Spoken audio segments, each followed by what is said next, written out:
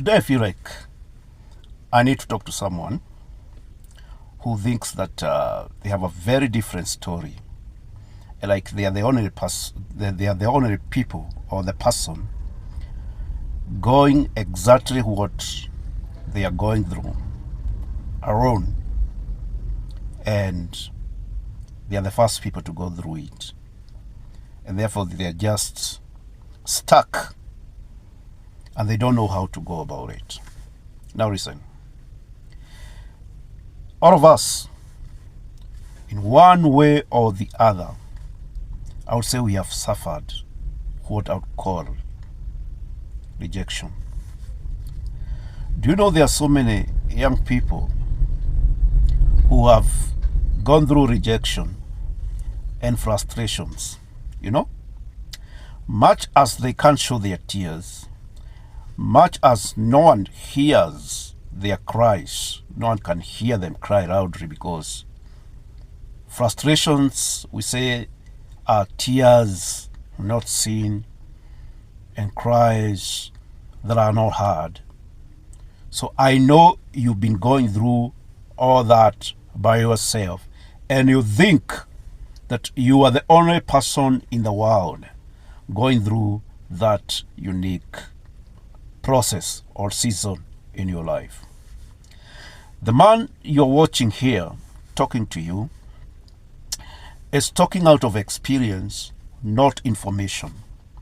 I think I've suffered rejection 1,000 times in life, but the one that really hit differently is, I count 3 years from now, is when I lost my marriage. When I lost my marriage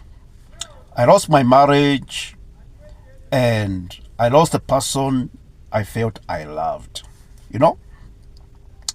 And I don't want to go into details because I don't want to discuss them because of the respect and the regard I have for them, But having that kind of a bro in your life and you feel like you've lost everything you have and you've worked for, you have lost the love of your life, you have lost the experience of being a present father all through, like you're in touch with your kid every morning, you can see them, you can walk around with them freely without any restrictions. I can tell you, if you have been there, you understand what I'm talking about. If you've not been there, my friend, you don't understand, or you have no idea of how painful the experience is. And that is not what I want to talk about. What I want to talk about is, how do you behave when you enter into such a phase in life? One, the biggest mistake that you can ever do in your life is to lock yourself in and have no one you are accountable to, because chances of you going down are so high than going up.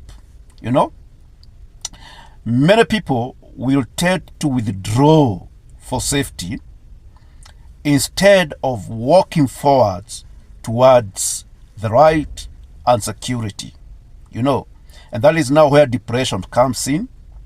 That is now where you become hopeless. That's when people get into drugs and they get involved in so many things. Why? Because it's rejection. It's rejection. And I know probably sure you're suffering rejection right now. But I want you to learn that you can let go anything. The moment you feed your life and you train yourself that whatever comes into your hand is just passing by. Like you can have it today and have it not tomorrow. My friend, your life will become easier. Number 2, always know that you are the happiness of yourself. You have no one else, you have you. I know you come from a family setup. I know you are a social being. But remember, you don't have to set yourself on fire to make other people's happy. And let me tell you something. The moment I realized that my life was not getting better by just sitting, sleeping, and withdrawing, the moment I realized that I was losing myself, I had to wake up and talk to some friends. And I thank God because of a few friends who came and they were there together with me. Today is a different story because I've learned the lesson. I've learned on how to make and to improve my life. I've learned on how to enjoy life. Okay? Life. I've learned to let go. I don't care whatever it is. Now, today I'm that kind of a man. Whatever that is within my own reach. If you ask for it and it is appropriate, I'll just let go. I'll just let go. Why? Because I've learned not to cringe on things and put my trust and my hope in God. Cursed is the man who put his trust in men. You'll become frustrated many times. So I'm talking to you wherever you are. It is time for you to arise. It is time for you to experience a new dawn in your life. Okay? You cannot be stopped. You look much better than you look right now, because in that future you're somewhere and nobody can stop the plan of God.